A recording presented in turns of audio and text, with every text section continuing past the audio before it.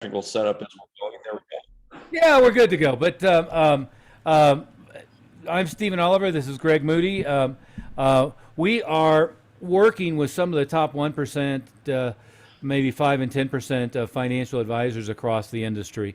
And, brief background, we have both been in, to broadly define it as marketing, Greg, for what, you're probably at 30 years and I'm at 40 years or something like That's that. about right. Yeah. Yeah. I've been doing that And years. across a number of industries, and in everything from mastering Yellow Pages and mastering infomercials to more recently, both have become an expert on internet marketing. Hell, I think we probably started working together when I wrote the book on how to market on the internet in 1999, back when it was GoTo, Yahoo, and Alta Vista. And now you're deep into SEO, websites, all of that. We're both deep into social media marketing, et cetera, but also direct response marketing that works. But let's talk about, we were just having an offline conversation that we figured out we should have been recorded at the last minute, but things that blow us away that otherwise successful financial advisors, wealth managers don't know, and the strange ways the industry works. And I'll start with it. What shocks me about the industry, and of course, I've had my toe in this water for, 15 or 20 years now, a little bit, but we jumped into it with both feet here a couple years ago. I'm shocked at how badly the industry does at teaching advisors anything other than product knowledge. Is the first missing ingredient seems to be effective one-on-one sales ability. But then the next missing ingredient is I don't care who it is, Northwestern Mutual or Merrill or anybody. It's almost like, my favorite old Jordan Belfort movie based on Stratton Oakmont was Boiler Room. And it seems like everybody's stuck in the days of Boiler Room, which is, bring a newbie in and put them on cold calls all day, or tell them to go work their warm market and go sell their mom and their next door neighbor, and that's about the limit of the marketing they teach. Is that a fair assessment? Yeah, or the sales process they teach. It's sink or swim. And, there's some people that are in the industry that we talk to, you can tell they didn't really get any training, but they just had a personality for it. And, that works to a certain degree, but then having enough there's a lot of room for growth with almost every advisor we talk to, in terms of how they do their closing, but also how they do their marketing. Those are two areas that there's just such almost negligent training from the company that they work for initially, or what they've done since they got started. And especially with advisors that we work with, the top 5% that are mature advisors that have a lot of stuff to do now. Well, now they can't spend a lot of time going off and trying to learn stuff from scratch because they're busy. So yeah, it makes it really, really tough. And so their marketing ends up being, a lot of times we say, well, where are you getting your business from? Well, it's from referrals. And I think they fall into this referral trap of being good at it, but not really, really good at it. And then they end up having a lot of problems sometimes in their business. Well, and oftentimes what they mean by referrals is just, I meet with my top clients regularly, and every time I meet with a top client, I say, oh, by the way, don't forget, anybody you have, an issue or this problem, I can help them, right? And what I always ask, and even top flight people, is I say, okay, well, you're getting a lot of referrals, but what referral systems are you using? And I usually get a blank stare, and they'll say, well, I ask my clients when I meet with them, or I remind them when I meet with them. And I think what you and I have come down to the conclusion of, sure, having a face-to-face conversation, especially if you use useful techniques. I think I stole this from Tom Hopkins. Isolate faces, meaning help them identify people in different groups that they're involved with that might be a good prospect and so forth. But isolate faces and get contact information, get permission, and work with it from that well. But rarely do they have other referral systems. And what you and I both mean by that is, events, or pass along tools. And an event could be a specific topic on a webinar, a Zoom meeting, face to face, a dinner meeting, a lunch meeting, a meeting in your conference room at your office, but some topical meeting that your clients would feel comfortable with and enthusiastic about, even of inviting their friends to. Because we know, I mean, most advisors' staff that we work with, they're not good at what, Chet Holmes called it the stadium pitch, more typically referred to as the elevator pitch. Most of the staff aren't even very good at pitching your services. Imagine how bad your clients are. Oh, if you have some problems with your finances, you should talk to my guy because he's really nice and I like him. Well, unless you give them a script and role play and prep them on the script, they're usually not going to be very good at that. But if you have a client appreciation thing at the winery, a client appreciation thing at the art gallery, you have some big party, even if it's to celebrate your birthday, that they're all invited to bring their friends down to. Or if you have a very topical meeting, what changes are there to the tax laws for 2022 and how will that affect your retirement? Or, we could come up with 100 different topics. But if you have some specific topic, could be college planning, it could be taxes, whatever it might be, that you can do Zoom or webinar Zoom, or you could do it as a live meeting. That's one way that we've seen is having an event for which they're comfortable inviting their friends. The other way is pass along. Go ahead. Well, I was going to say, and you can see how those events, if they're relevant to your client, they would be relevant to their client's friends. It's not Right. like they have to pull teeth to get them to come to something or trick them by having a dinner where they get a free steak. Hey, come on and we'll get a free steak at my advisor's You don't need more plate liquors. Right. And there's such a disconnect when people have operated that way that, hey, you're getting a free dinner. And then now we're going to try to kind of flip the whole script on them and get them to come and do something with us. And then that's even done poorly. So there's so many poor things about the way that the industry's handled this type of stuff in the past that it's just amazing that anybody's got any business at all from this kind of thing. And frankly, the people that we end up talking to are people that are really, really good at some of these small things, but they could triple, quadruple their business if they did things the way we're talking about, even what you're hearing on the podcast right now. Yeah. But well, and pass-alongs you were going to talk about. Yeah, but before we even do that, let's talk about what you mentioned before offline. Is I've got an advisor I'm working with, client list of like 330 people, but when you sit down and go through the list, as usual, there's 10% that he'd like to have more of. 20% total that he would tolerate, and 80% that if he was doing it over again, they're not who he would want as clients, right? And the problem with referrals is if you don't have a lot of clients like you want your practice to develop in the future, is what your clients can do is bring more people like them. They don't bring people who are of much higher quality than they are typically, right? And plus, frankly, I mean, if my brother-in-law is a successful entrepreneur who just sold his business for $10 million, and I'm your client who's never made over $80,000 a year at as a school teacher, that client is not going to be the most persuasive voice for the brother-in-law who just had a liquidity event, right? So that you're going to keep replicating your client list. Referrals means you replicate your client list. And we've talked to some people that they think that they're doing a good job of kind of filtering that, asking for the lawyer that they work with, or asking for the accountant they work with, or asking for, and it can work. You can do the people that do a really good job of asking for their friends and isolating faces and do that really, really well. That's okay. But there's a lot more that they should be doing in the referral space. And then you got to understand, we can't get in that trap where that limits is the only thing that they do for marketing. Yeah. And so where we were going next was obviously asking one-on-one events for which they feel comfortable inviting their friends to. And then a third category is pass-along tools. And that can be anything from a video presentation you do that can be shared on a DVD and shared on a thumb drive, and of course shared by a web link, but I like tangible things to share.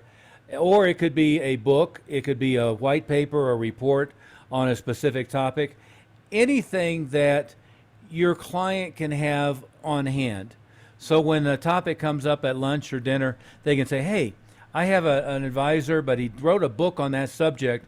I'd like to give you a copy of the book," right? And you and I have talked about many times, the book could be a 40-page book or it could be a 300-page book.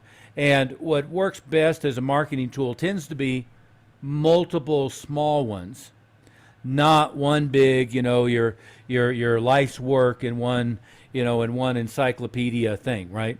And really, a book for that purpose is more of a sales letter than it is an educational tool. So as we look at, that's another factor where your client is in all likelihood not going to be good at quote unquote pitching your services, but they can be really good at, hey, I've got an extra copy of my advisor's book at home on the subject we were talking about. He's great. I like working with him, but let me give you a copy of his book, and maybe you'll find that valuable. Of course, all of those things, by the way, this is something you and I were laughing about also offline, is most people's books or report don't have a call to action in them. Yeah. Yeah. Or, So somebody thinks this guy is the most brilliant guy I ever heard from, and I really want to work with them, and then there's no way to find him. yeah, yeah. Or they make the mistake of thinking they're going to give somebody a book and they're going to read the book, right? Exactly. So the call to action is at the last page, and by the way, my name is so and so, and here's my phone number if you'd like more. They have a impudent call to action that you have to read the book to ever get to. No, I want to have the coupon box on the back cover and on the inside cover and on the front cover, and an awful lot of the purpose of the book. Like I've got a couple here on my desk that are serving as what do you call it? Paperweights.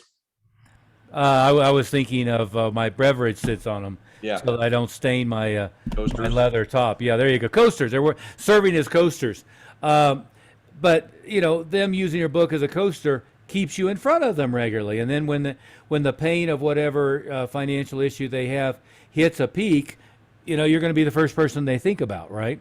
But those pass along tools are really useful. And by the way, it's amazing, Greg, how many people we talk to who have a negative perception of doing a book, and I don't know why. I mean, I think part of it is they picture the labored writer sitting down for 3 hours a day at the typewriter struggling. And most effective marketing books aren't created that way, right? They're created either completely outsourced. I mean, we were talking about the other day, you work with a company called Rev Marketing that'll do it for them. We have a mutual friend who owns Forbes books. They'll do it for them on a Forbes imprint. Now, it's a six-figure deal. But there's a range of everything from we have a conversation, we transcribe it and hand it off to somebody to write it, to the Rev Marketing's approach, which is going to be a very cost efficient, but they're going to hire a writer and utilize your knowledge for the thing to get done, to the higher end where you can get, I've had friends who have done New York Times bestsellers, but they had, high-end copywriter, the publisher coordinated, they having conversations with the with the ghostwriter who put it into form, and then the publisher had an editor. But usually what we're talking about is super simple, and it's a 40-pager or a 50-pager or a 60-pager, and it's done not by you laboring over the computer or the typewriter for 3 months. It's done by either talking it out or handing it off to a writer who does a good job for you. Well, and I think what people don't realize is that I think the last stats we saw in terms of business books by small business owners, 70 or 80% of them on Amazon are ghostwritten. Yeah. But when something's ghostwritten, the whole point of that is the title's still your name on the book. It doesn't say ghostwritten. So you'd never know that. And I think that's why people end up being negative about it. But one thing that's important when people are thinking about, when we talk to people and they say they're getting their business by referrals, one thing you're pointing out is they're missing enough strategies in the referral space to double, triple, quadruple. And that's not exaggeration, the amount of business they can get. But if you were going to lay out the effective marketing strategies to get more business, referrals is probably maybe it's a good strategy. You definitely should do it. It probably is one of 4 or 5 or 6 or 10 other strategies that are just as effective as referrals. And so when we talk to people and they tend to say, well, we would like to get some more business, referrals, the trap of referrals is you're going to replicate your current referral list. The other marketing strategies, Your current client list. yeah, your current client list, right? So unless your current client list is exactly matching what you want to get in the future, then other marketing strategies can specifically target the clients that you want to get in the future. So that seems to me to be something that it's a little bit of a knife in my heart when I talk to these guys that are doing really, really well, but maybe working a lot harder than they need to work because they're working to get the 100% of people when only 10% of them are getting them the income that they'd like. And they really could be trying to replicate that 10% with other marketing strategies that would work more effectively. Yeah, I've told you my story about my client Sally, and she was like my biggest fan, loved everything we did, and she kept bringing down friends. And to me, it was almost a pro bono case anyway, working with her, and she kept bringing down more people like that, right? And I finally sat her down. I said, Sally, if you know anybody with income and assets, I'd love to have them, but I really don't need. I love working with you, but you're not exactly my profile of our target audience here. In other words, very nicely saying, stop sending me more broke people. But the other element of that, and it's the industry jargon, not necessarily advisor industry, but tech companies and so forth, is scalability. And building your business onesie twosie on referrals is not scalable, right? So if I made a decision, I'm at 50 million in assets under management, and I want to get to 400 million. Well, it's going to be a long, slow road for me to build that strictly by referrals, unless, I happen to hit the guy who just sold his company, had a liquidity event, and he gives me 100 million to manage. But that's few and far between, we know, right? So it's a long, slow road to hoe if you're thinking you're going to exclusively do that through referrals. You have to have other places where you can scale it, and that's online and offline, targeted marketing, direct response marketing, and there's so many things that we do with that and can do with that. And again, what the next thing I would say that shocks me about not only the industry but about advisors is, we call it the Parthenon. I got the facade of the Wall Street of Wall Street in behind me. But think of it as like the Parthenon in Greece or in Nashville or the facade of the Wall Street. You want to have a bunch of different feeders feeding your business. And it seems like, even people who are doing, million net a year, they have like one thing. Maybe if they're really slick, they have 2 things they're doing to feed traffic, but they don't have what we want is 10, 15, 20 different feeders that are always driving them traffic every month. Yeah, and that's such a waste for them to be spending a lot of effort and time. And those feeders could be feeding them filtered traffic that gets them the right kind of clients, so they're not putting as much work and effort towards everything that's going on. So it's really missing the boat on what could get them what they want versus all the work and effort. But I think a lot of people are just used to that. So one of the things that we have to do is kind of break the mindset of, used to going and trying to get referrals, used to going and schlepping around, working with people. Even if you're doing really well, you could be doing really, really well, but what's really well versus what you could be doing if you're getting a lot more clients in the target area that you really want to get. Yeah. The and staying on that track, what this sounds like, I think, to a lot of advisors is a lot of hard work, right? But the reality is it's about developing systems. And, people who are already at the upper echelons of the industry, they've developed already, I would hope, a consistent and congruent script that when they're meeting with a new prospective client, that they basically replicate the the same language every time. And if not, that's something that you should have, and we can work with you on. It's very hard to scale or expand through staff, especially if you don't have a solid system for selling. Because otherwise, one of the things I stole from Dan Kennedy is he said if you don't have a system for selling, you're at the mercy of their system for buying, and their system for buying is dysfunctional. But the other thing is think about what happens if you don't have a bunch of things going on. The COVID era here behind us, sort of, I guess, but the COVID era was a good example because you and I got inundated with primarily commissioned insurance agents, annuity salesmen. Mm-hmm. So they don't have a big, a big revenue stream built up coming in. Regardless, they're dependent upon the next new sale, right? Which is the challenge. Who were dependent upon lunch or dinner meetings, or some meeting without food, but they were dependent upon direct mail, Facebook, drive people to a live in-person meeting, and then make the sale, and the bulk of their income was coming up front. All of a sudden, they were in bad shape, right? Is the live meeting thing dried up, especially the live meeting thing with 55-year-olds, 60-year-olds, etc., at a higher age limit. And in a lot of jurisdictions, Canada and the U.S. And internationally, is all of a sudden the restaurants can only do carryout and so forth. So, and even when it opened back up a little bit, those same venues, the ideal client for them was very hesitant to go out into those venues again. So the crowded little Italian restaurant that was considered quaint and cozy before is now considered claustrophobic and a high risk zone, right? Sure.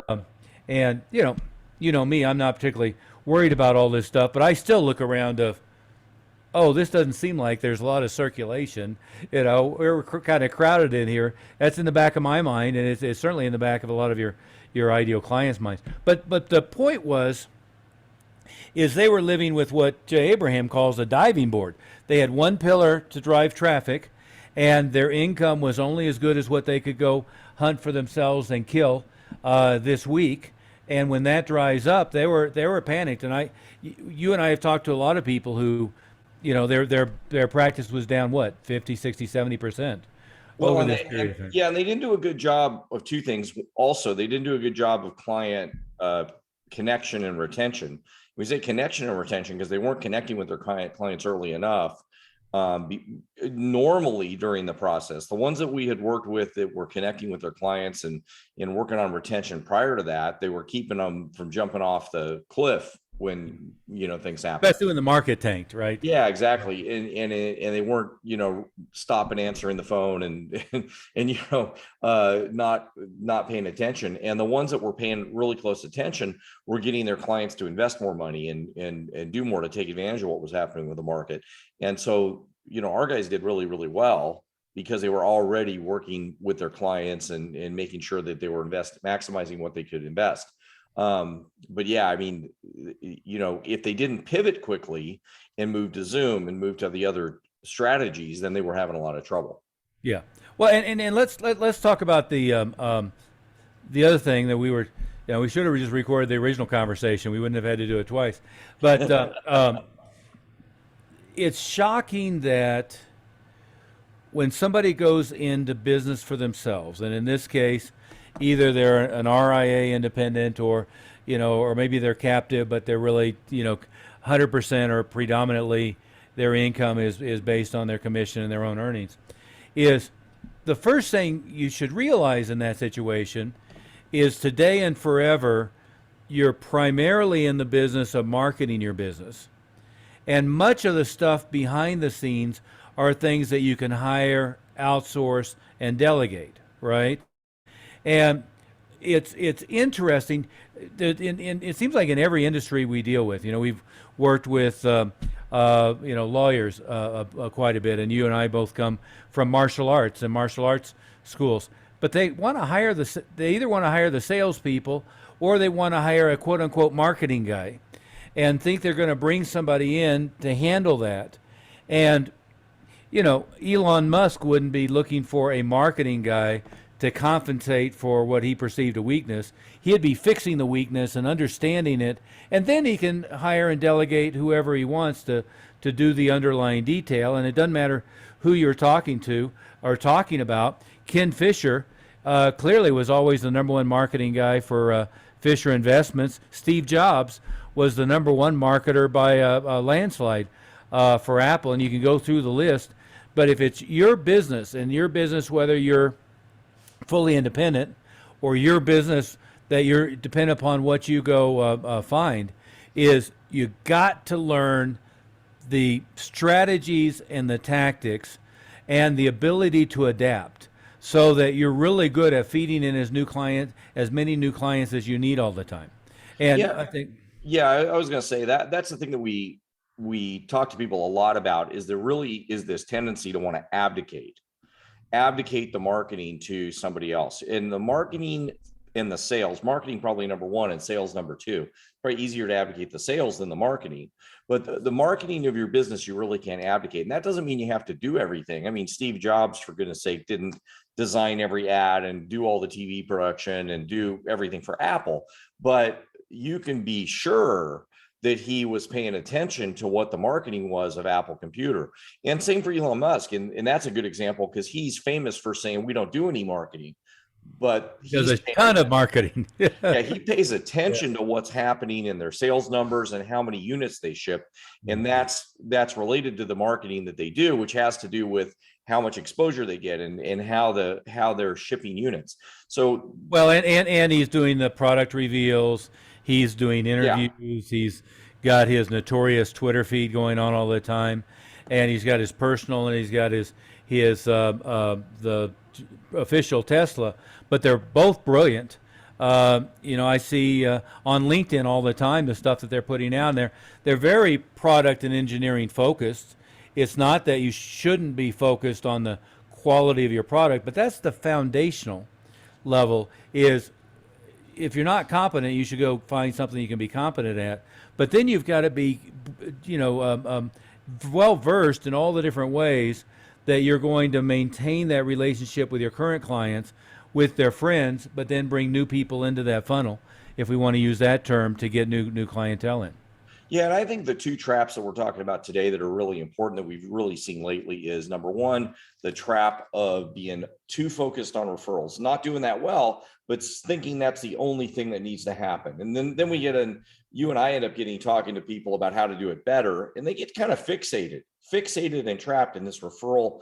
It's got to be all about referrals. And that can't be the only thing you do, because it's not safe for your company. It's too individual. It's only one of those pillars of the Parthenon that you're talking about, that you have behind you. And then this thing is thinking that you're just going to abdicate, and they want us to, can we just write you a check and you could just do all of it and then we get leads? Well, if you do that, I mean, you look at any successful company and the main person is not doing that, it's not safe for you to do that, because you're abdicating what the real foundation of your company is, so that you won't really know what's happening.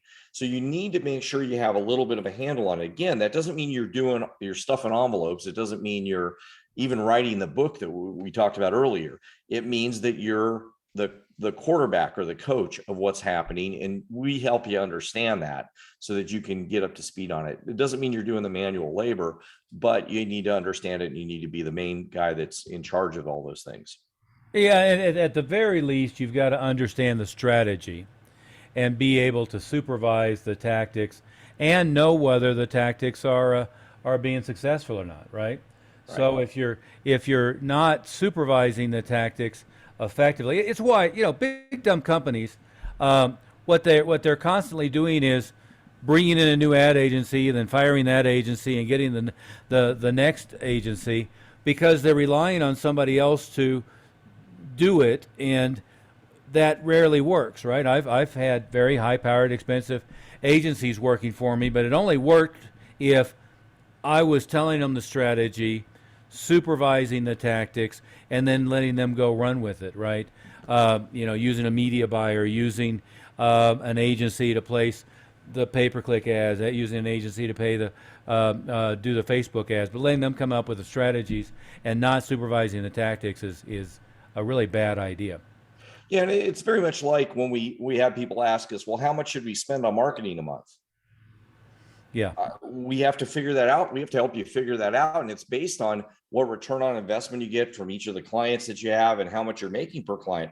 And people act like that's a monolithic number. It should be 10% of your gross or 20% of your gross or some number. Those are just guidelines. Or what you hear is 3%.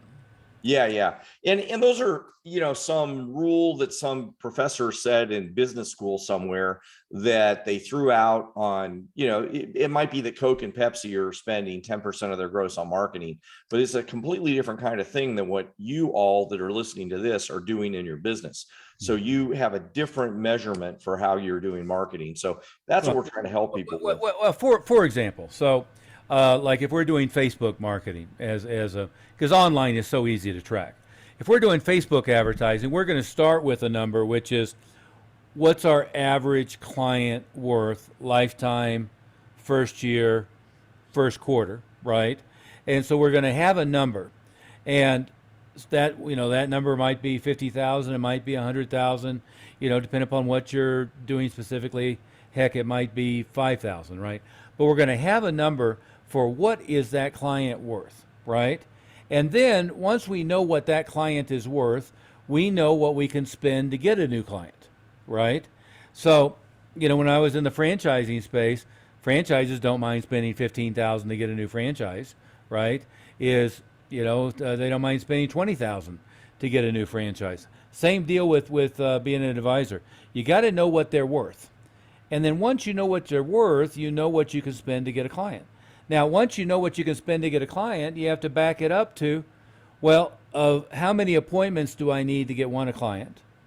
And what's my closing ratio? So here's how much I can spend to get an appointment. How many leads do I need to do to get one appointment? Well, here's how much I can spend for a lead, right? And in most environments online, what we're doing is we're spending money per click. So what we know is, how many clicks do I need for an opt-in? How many opt-ins do I need for an appointment? How many appointments do I need for a client meeting? And how many client meetings do I need for a new client, right? And once I know those numbers and I know my closing ratios, now I know what I can spend for a click. And I know what I can spend for an opt-in. I know what I can spend for an appointment. And that's how you determine ROI. So if my client was worth $50,000, let's say 100 lifetime, and I'm going to get 10,000 in the first year, I wouldn't be hesitant to spend $4,000 or $5,000 to get a new client. I mean, hell, that's a huge return on investment. I mean, and by the way, what cracks me up is most advisors are bragging and jumping up and down if they get a client 9% annual return. But then when you try to get them to do, here's something that's going to get you 1,000% return. Yeah, or 220 times annual return, 2,000% annual return. Yeah. Then they freak out about it, right?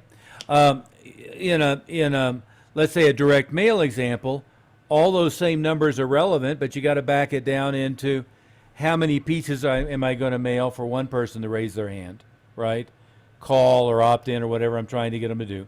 How many people have to raise their hand for me to get a client meeting? And then how many client meetings do I need to have to get a client? And if your conversion ratios are good, then you can count on and bank on that's how much money I can spend per piece that goes out with this kind of response rate. So you go all the way back to, well, okay, the second problem with the what percentage I should spend, it assumes that you have a static practice, right? So if I did, let's say, $1 million gross last year, and I want to do $2 million this year and $3 million next year, I've got to be spending for scale, not taking a percentage of what last year looked like, right? And that's, again, people get into a trap. Somebody told them they should spend 3 or 5%, and so they're spending 3 or 5% of a historic number rather than projecting out where they want to be. Yeah, if you were going to spend that, it would be a percentage of what you want to make. Because I mean, in theory, if you started the business from scratch, from zero, you'd be spending zero and you'd never make any money. You never grow. No business would ever grow from anything. So if you wanted to be $1 million business, you'd have to start out with a budget of, if it was 5% of $1 million, then you'd be spending that every year, or every month if it was $1 million a month, and so on. So it doesn't make any sense to really go in that method. What you're talking about is being rational about it, which we get it. Most of the time, nobody's really gone over that with you. So that's what we can help you do, and help you make a good plan for moving forward. So you don't mind spending, if you're spending $5,000 on certain kind of marketing, but you're getting a 20-to-1 return, you don't mind spending the $5,000. Yeah. I'd spend as many $5,000 as I could. I'll spend it again and again and again because I'm going to get a 20-to-1 return. I'll keep doing that all over the place. Yeah, and stay with the language you used a minute ago, which is my favorite, the difference between delegating and abdicating, right? If I know here are the numbers that I can get from any source, then I could hire an agency to manage, say, Facebook and LinkedIn. And I could hire an agency to manage my website, and I can hire an agency to manage my pay-per-click. And as you know, I mean, we tend to have, people focusing on what they're particularly good at, not I'm going to hire a marketing company that's going to do every damn thing for me, because they all walk around like the guy whose only tool is a hammer and everything looks like a nail, right? But then I can go hire them and I can delegate the activity for them, and I can hold them accountable based upon a measurable number, right? Not based upon, well, I was told they're really good at what they're doing, so they must be doing a good job. No, I know that a new lead has to cost me X, and a new appointment has to cost me X, and they're costing me double that, or they're costing me half of that, or they're right on target, whatever it might be. That gives me a measurable number where I can hold them accountable, right? Let's use that same language though, Greg. And the other thing that we're exasperated by is most advisors, as they've started small, are hesitant to add staff, which I understand. I mean, I don't want to put out the door $50,000 or $100,000 to add somebody who's not generating 10 times that in return. Right? And that's my rule of thumb. They got to be doing 10x what I'm paying them, or it's not worth it.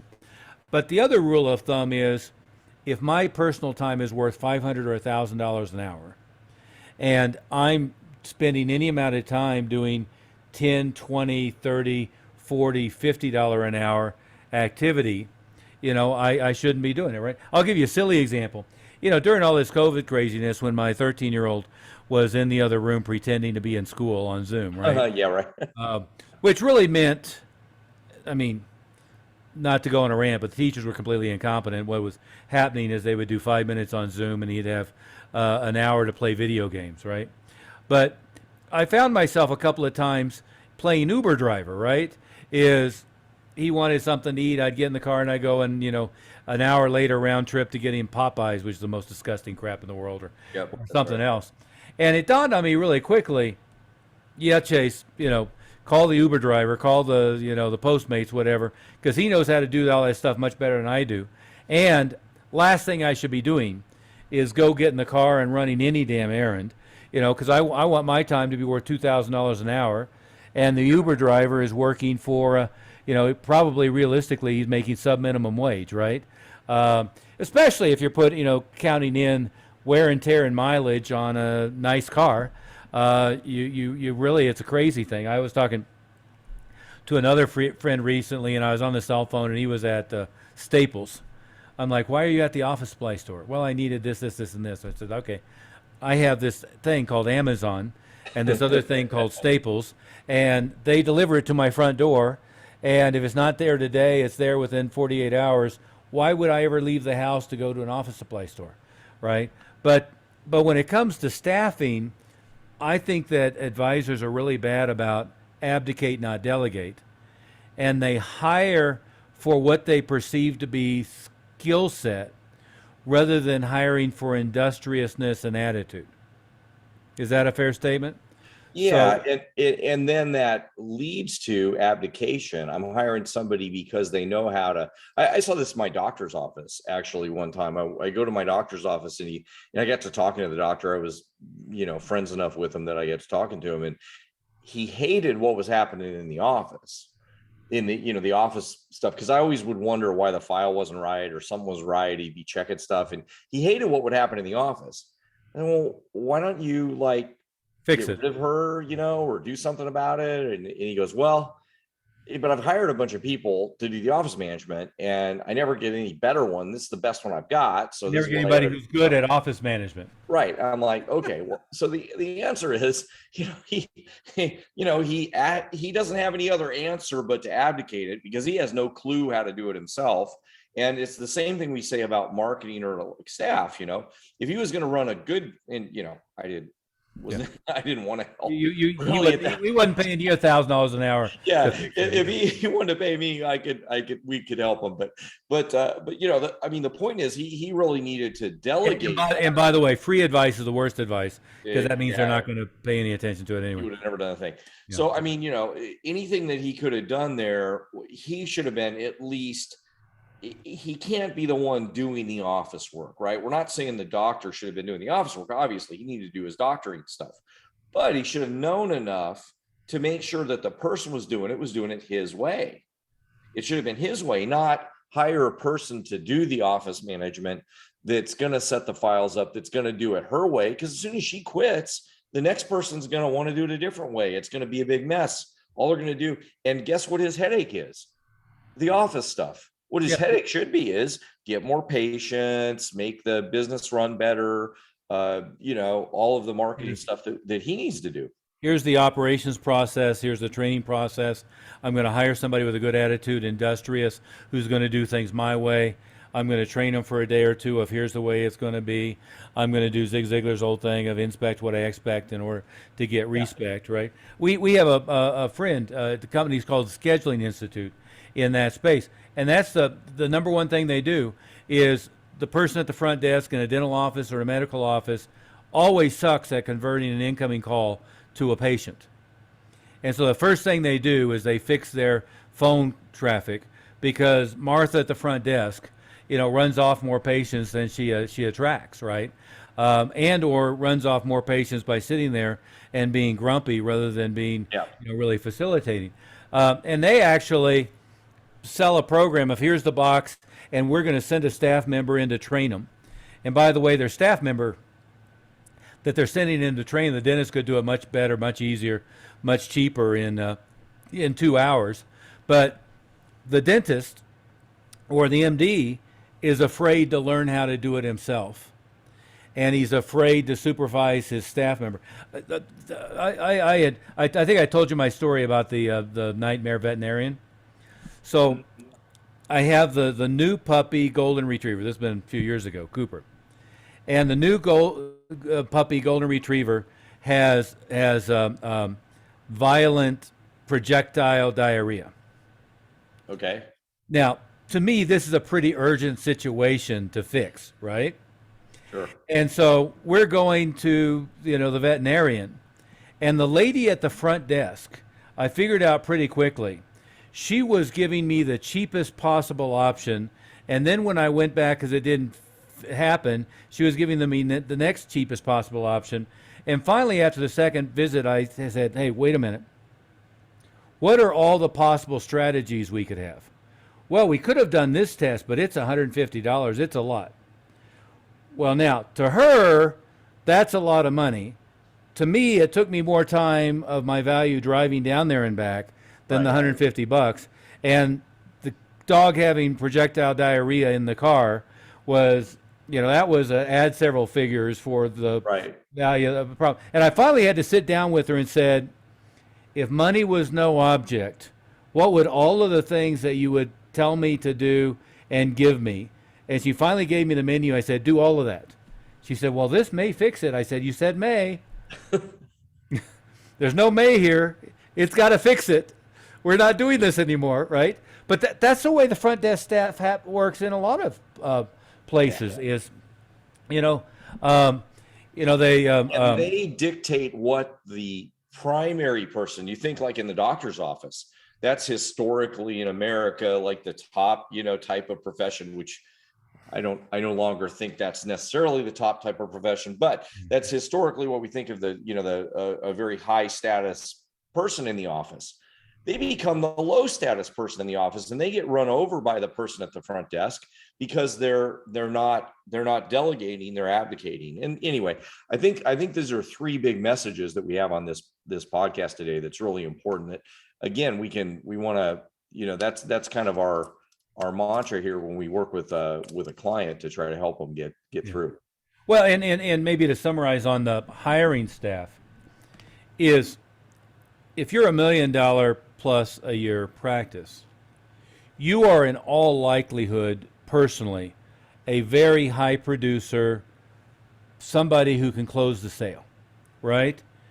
The staff around you, and by the way, you shouldn't be shy about developing support staff, and we can help you with every step of how to find them, recruit them, train them, but you shouldn't be shy about that.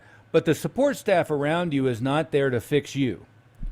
Is the high producer is the one who's the rainmaker. They're generating all of the business. Your support staff is there to pick up everything around you and to support that process and to get rid of all the stuff that keeps you from face-to-face meetings and keeps you from making a sale, right? And that's a mistake I see, is you go hire somebody, who's a experienced practice manager, whatever that means, and they come in and all of a sudden they're bitching about the advisor. Well, he's disorganized and he's this and he's this. No.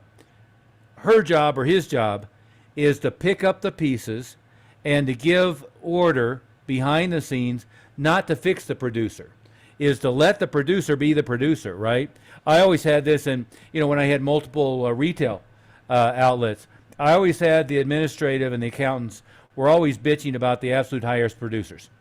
Oh, he did this and he lost this, and I was like, stop right there. Your job is to clean up after the high producers and to make sure that all the ducks in a row. Your job is not to fix them, because if you fix them, you're going to probably screw up what's making them a high producer right now, right? Peter Drucker's, famous management theorist, said strong people always have strong weaknesses. And I have rarely found somebody who's a high producer closer who's also a good accountant. Nor do I want them to be. I can hire an accountant for $50 an hour. The high producer is the few and far between guy. Yeah, that's exactly right. I'm sure Tom Brady pays people money to take care of stuff behind him so he can focus on what he has to do. Oh yeah. How about that for a football analogy that you like? There you go. There you go. Yeah, it's one of the few, but he's damn sure not doing his unless it's his hobby. But he's not changing the oil in the car, and he's not out doing the lawn work, and he's not laundering his uniform or any other one of 982 little. But I bet you he knows how he wants it done. Yeah. And if it isn't done the right way, I bet he pays attention or has somebody that he tells to pay attention to that knows how he wants it done. So that's, I guarantee you that's the way it is. Yeah. And it's going to be done the right way. Although the only reason I probably recognize that football analogy is Tom Brady. he's married to the #1 Victoria's Secret model of all time. So everybody that doesn't know you needs to know football analogies don't work with you. Okay. Yeah, he's I already pronounced her name, Gazelle's husband.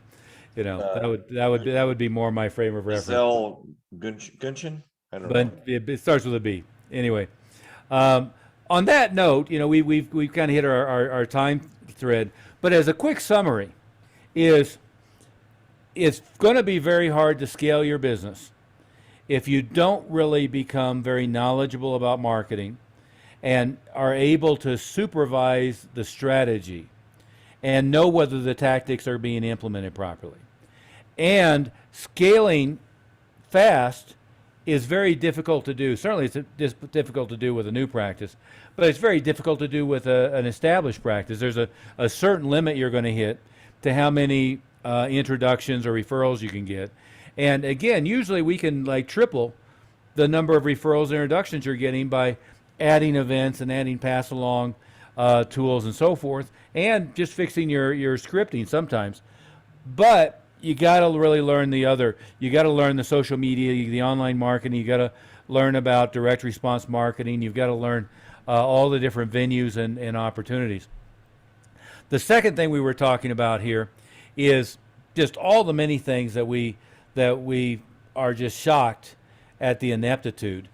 And one of them is relying on one pillar of new clients rather than having that Parthenon built. What were some of the other things to summarize here, Greg? Well, no, and the second thing is really important. Don't get in the trap of only relying on referrals. We've got to get some of those other things going, because that allows us, I think the key thing there is it allows you to get the right kind of clients that you really want, that you make the most from, and also like the best. I mean, not only like the best, like you hate the other people, but that you associate with the best, that are going to be the best kind of clients that you resonate with and are going to be the ones that you prefer. And then the last thing is, as we said, part of that is learning to delegate properly, not abdicating to staff, so that you have a really good work environment. I think the big thing to wrap all this in is so that you make money, but also have the best lifestyle, that your business and your practice works really well for you. Yeah, yeah. And oftentimes you can get busy being busy. And I know, a couple of $2 million plus annual income producers who are just running around with like a chicken with their head cut off, who don't have their staff properly organizing things behind the scenes and are letting things fall through the cracks. And that's because they've abdicated rather than delegated. And they tried to hire somebody who they thought already knew how to do what they need to do, rather than having a system where they trained them to do it their way, not some other way. And there's a lot of friction there when somebody comes in and they've worked for somebody else and they try to do it that other person's way, because usually that's not going to fit with your work style. Yeah. On that note, we probably should call it a day. I'd remind everybody that we're happy to do a free little consultation coaching session with you, and we also have a bunch of free gifts. So make sure you follow us here on the podcast or in Facebook, and Advisor Wealth Mastery is the website. You can go there, and we have a big package of free gifts for you. But anyway, on that note, thank you so much, Greg, and thanks for everybody listening in and picking this up on our podcast or on the live stream. All right. See you guys later.